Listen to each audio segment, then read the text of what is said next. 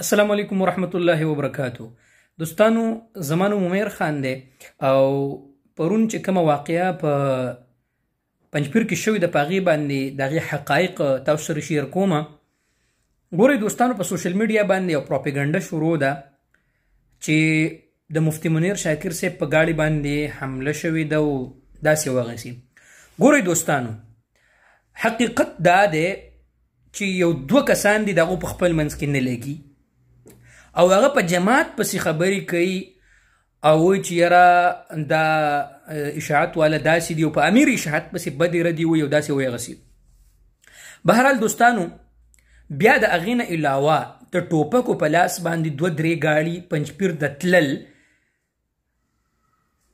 دا د دې څه مثال دی؟ لکه د دې او سره د اسلحې پنجپیر ته تلل، مطلب د دې خو دا مطلب جوړیږي چې یاره مطلب دا چې موږ په پنجپیر باندې حمله کوو، په دا مرکز باندې حمله کوو، داسې وکنه. نو چې داسې وه، الحمدلله زما خو دا یقین دی چې شیخ صاحب به طالبانو ته نه ویل چې تاسو حمله وکړئ په دغه کسانو باندې، تاسو دې ووهئ.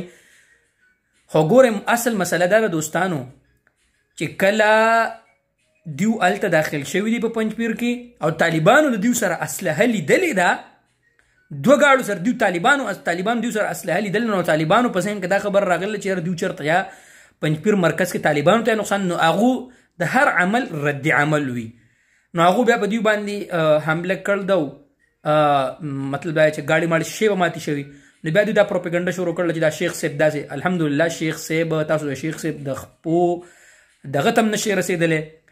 زه په کلم چې اشاعت ترقی شروع کړی دا، الحمدلله ډېر مخکې اشاعت په ترقۍ باندې روان هم و، اشاعت چې کوم الحمدلله انشاءالله وي به هم.